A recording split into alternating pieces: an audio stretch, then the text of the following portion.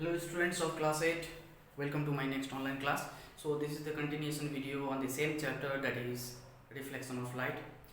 And in my previous class I have taught what are the curved mirrors or the spherical mirrors. So there are two types of spherical mirrors, one we consider as convex mirror and one is concave mirror. Also I have taught few important terms like geometric center of any spherical mirror is called pole. So this is called pole, right? The center of a sphere of which mirror is a part is called center of curvature. The distance between center of curvature and pole is called radius of curvature, which is given by capital R, or we can say it is the radius of the sphere of which mirror is a part. So for this convex mirror, so what will be its center of curvature? Center of curvature is this one. This is radius of curvature, and this is the geometric center of mirror. And the line or the imaginary line which is passing through center of curvature and pole, this imaginary line is called principal axis, right? So for this convex mirror, this is the principal axis. So these are the terms we have learned in my previous class. So you see, there is very important question comes from this topic, that which mirror is called converging mirror and which mirror is called diverging mirror. Okay, so converging mirror means concave mirror, so concave mirror is called converging mirror, and convex mirror is called diverging mirror. So we will see in this video that why concave mirror is called converging and convex mirror is called diverging. So watch the video till the end, do not skip the video, and if you have not subscribed my channel, subscribe it to get the latest update. Okay, so let's see why this is called converging mirror. You see, so as already I have told, concave mirror means the reflecting surface is inside, and for convex mirror reflecting surface is outside. So you see this dash line, this is the back side of the mirror. So whenever a light is made to project here, so ray of light is falling on the spherical mirror, that is concave mirror. So after deflection they will reflect and they will meet at a fixed point. This is called focus. That means you see all the light rays are coming at F. Now if I take any other ray of light, suppose this light, after reflection definitely it will pass through this point only, always. Okay, it will pass through this point. Similarly, if you take another ray of light, after reflection it will pass through this point. Okay, that is, we say that image is formed at focus. This capital F is called principal focus. So why concave mirror is called converging mirror? Because whenever a ray of light falls parallel to the principal axis, after reflection from this spherical mirror, they meets at a particular point called F. Okay, so this is the reason. Now why convex mirror is called diverging mirror? Because whenever a ray of light falls on the convex mirror, after reflection they diverge from a fixed point. You see, the reflection is outside. Now when you produce inside, you will find that it is meeting at point F. That means this is actual meeting, but here it is virtually it is meeting here. Okay, so we can say the image formed by a concave mirror is called real image. The image formed by a convex mirror is called virtual image. Okay, so on this virtual image and real image I will go detailedly just in this video. Okay, so till then we will understand why concave mirror is called converging, because whenever a ray of light is falling on this concave mirror, it meets at a particular point. But here convex mirror is called diverging mirror, because whenever a ray of light falls parallel to principal axis on this mirror, they diverge from a fixed point. Like if I consider any other ray of light, suppose this is the ray of light, it is falling here, so they will reflect. Okay, but they appear to meet at a fixed point here. If I say any other ray of light is falling here, so they will reflect here and they will be appearing to meet. So virtually they are meeting here. They are appear to meet at point F. They are not actually meeting here.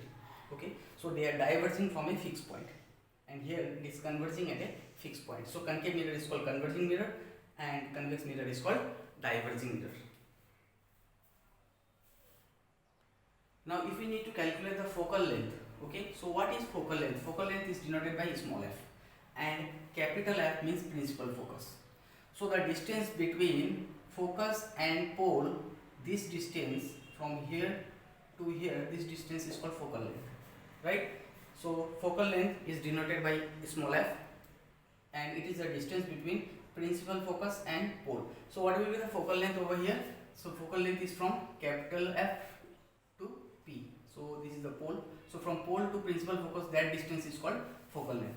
Now the relation between small f and capital R, that means R means here radius of curvature,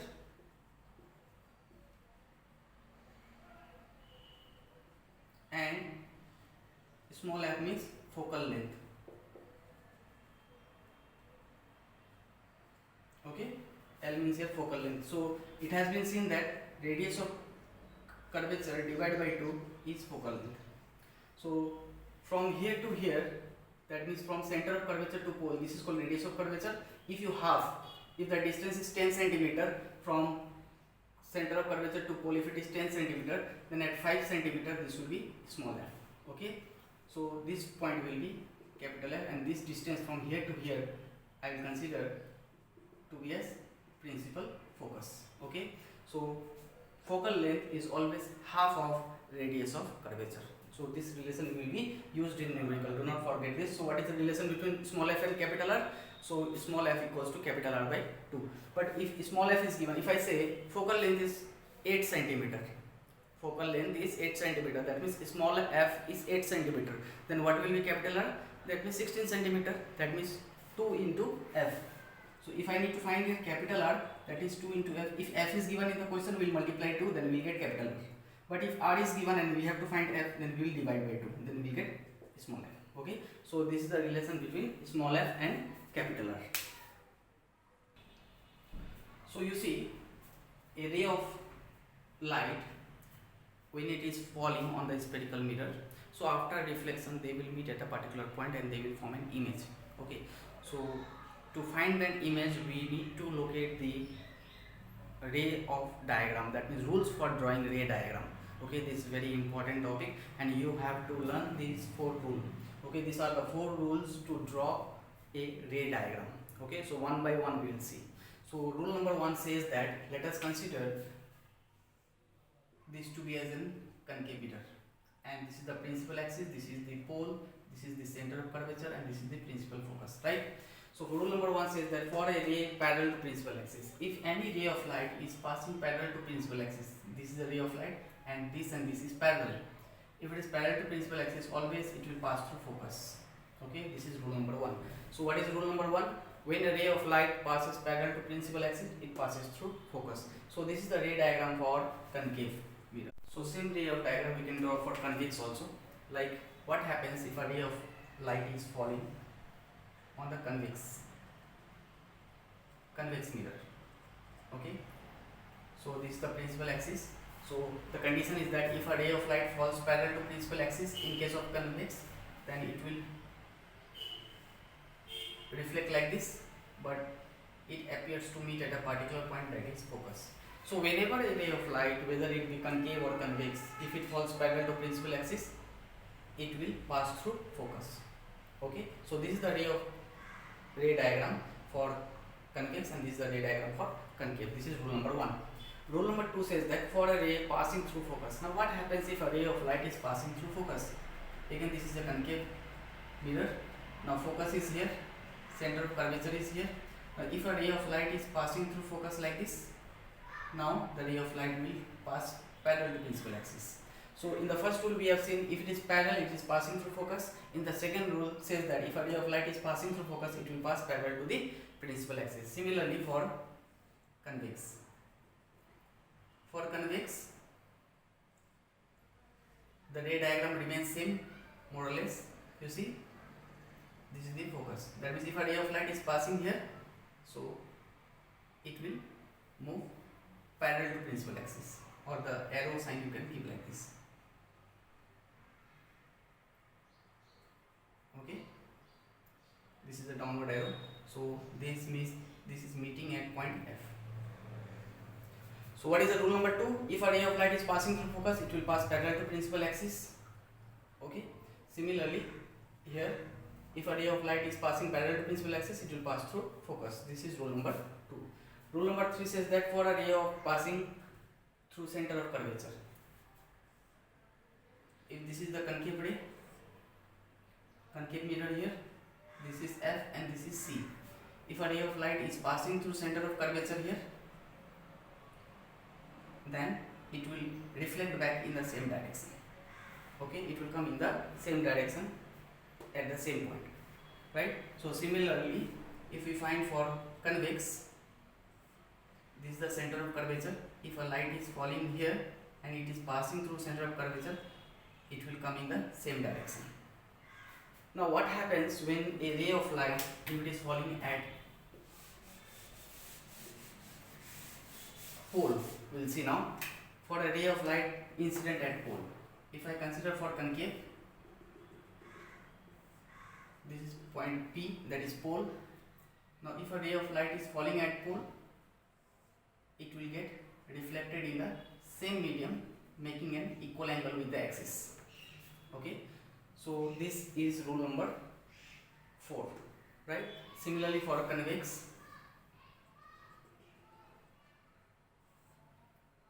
if this light is falling here, then it will reflect back, making an equal angle.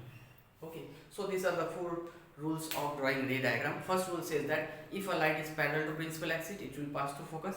Second rule says that if a ray of light is passing through focus, it will pass parallel to the principal axis. If a ray of light is passing through center of curvature, it will come back in the same direction.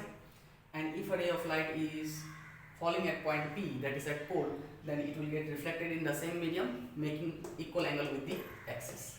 Okay, so these are the 4 rules of drawing ray diagram, and these ray diagrams from your book you can draw in your exercise book, and you have to write this 4 rule, right? Now images can be real image and virtual image, but how these images are formed? Whenever a ray of light coming from a particular point or particular source, after reflection they meet at a particular point, or they appear to meet at a particular point, then we say that an image is formed. Okay, so I repeat, whenever a ray of light falls on any surface, after it is striking the surface, it gets reflected. So once it gets reflected, they appear to meet at a particular point. Whenever these rays of light after reflection meet at a particular point, at that point an image is formed. So these are called images. Now images can be of 2 types. One we say as a real image and a virtual image. So real images are those images which can be obtained on a screen, and virtual images are those images which cannot be obtained on a screen. Like real image, when I say, that means the images which we see in our cinema hall. That means the actors or actress we can see, right? So these are called real images. But virtual images means here which we see ourselves in a plane mirror, in our dressing table when we see. So the image which is formed in a mirror, that is called virtual image. Okay, so first point is that images which can be obtained on a screen are called real image. Images which cannot be obtained on a screen are called virtual image. Next we say that how this real image is formed. If the rays of light reflected from a surface actually meet at a particular point, means after reflection from the plane surface, if they are actually meeting at a particular point, then we say that image which is formed is called real image. But after reflection, if they are not meeting at a particular point, but they appear to meet, okay, virtually, so they are called what? Virtual image. You see, I have written here, when the rays of light do not actually meet after reflection, but appear to meet at a point, is called virtual image. So they are inverted. Like you see, whenever we are standing in front of a dressing table or the plane mirror, we see that we are looking ourselves identical. That means our head is up and foot is down, right? We see ourselves to be as standing in front of a mirror. That is called erect image. This is formed in virtual image. That is called a virtual image. Okay. But if I find ourselves to be as opposite, like if you take a spoon and if you see in front, or you see a reflection in that spoon, you will find that your faces are up head. That means opposite. So that is called inverted image. Okay. So when you see in front of that spoon, then you will find that your faces is opposite. That is called inverted image. And the image which is formed on a plane mirror, that is called here virtual image. So images are erect in virtual image, images are inverted in real image. So example I have given here. So this is the difference between real image and virtual image. I hope you have understood this class. So if you have any query, if you have any doubt, you can clear it. You can ask me in my personal number. So for this class only this much. See you soon in my next online class. Thank you.